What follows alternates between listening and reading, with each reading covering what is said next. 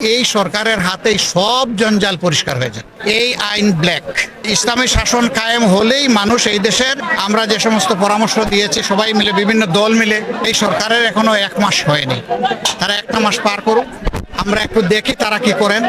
আমরা যে সমস্ত পরামর্শ দিয়েছি সবাই মিলে, বিভিন্ন দল মিলে, সেটা তারা কতটুকু বাস্তবায়ন করেন, প্রত্যাশার আলোকে কতটুকু চলেন। তবে এটা বুঝতে পারছেন যে 15.5 বছরের সবগুলো সাংবিধানিক প্রতিষ্ঠান ধ্বংস হয়ে গেছে এবং জায়গায় জায়গায় অনেক সমস্যা সৃষ্টি হয়ে আছে।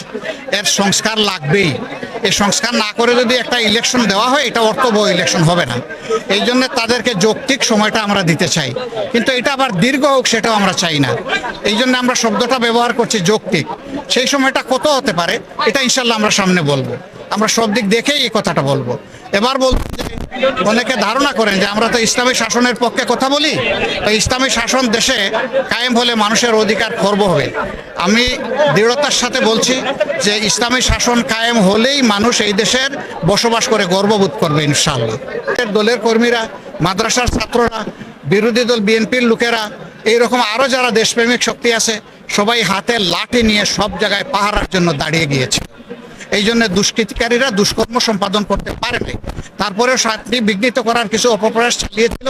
আলহামদুলিল্লাহ, আপনাদের সবার জনগণের সম্মিলিত প্রচেষ্টায় সেটাও ভেসে গেছে। সংবিধানের কিছু জায়গায় তো পরিবর্তন লাগবে ভাই।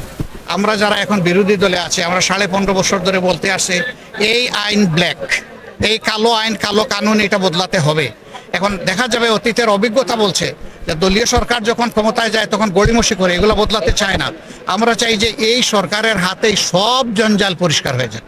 যা দরকার, যতটুকু দরকার একটা সুন্দর সভ্য দেশ গড়ার জন্য আর একটা অর্থবহ গণতান্ত্রিক পদ্ধতি চালু করার জন্য যা দরকার সব করা হোক।